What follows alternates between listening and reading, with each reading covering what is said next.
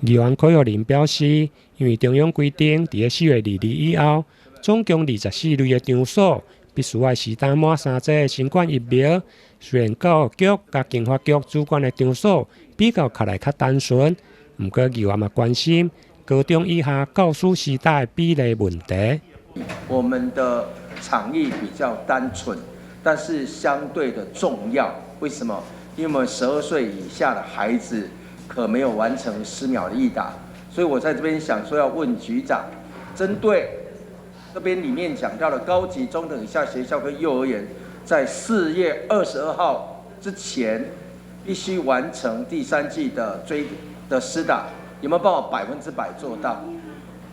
这个部分的确就数据上来看，我们大概打了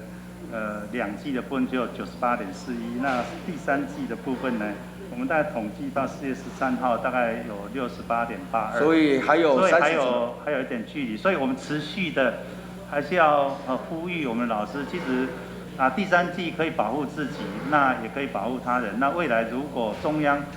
对于没有施打疫苗的这些国小学生，他们的安全呢更为重视，所以我在这边也认同你的看法，就是我们共同呼吁我们的老师应该尽快施打第3剂，保护自己，保护自己心爱的孩童。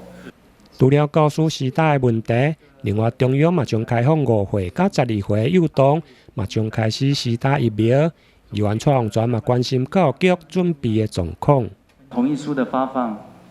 也在进行中。中央的那个同意书的格式，它的书写的题型那些还没有下来。还没下来。对。但是我们如何去做这个所谓发放以及回收，跟卫生局配合，那到校内施打场地的部分陪同的人员，这个部分都已经先请学校做准备。对此，虽然教育局长回应，目前拢伫准备当中，不过至于议员关心的疫苗的质量甲品牌的问题，教育局长嘛回应，一切遵照中央的指示。台南新闻引根采访报道。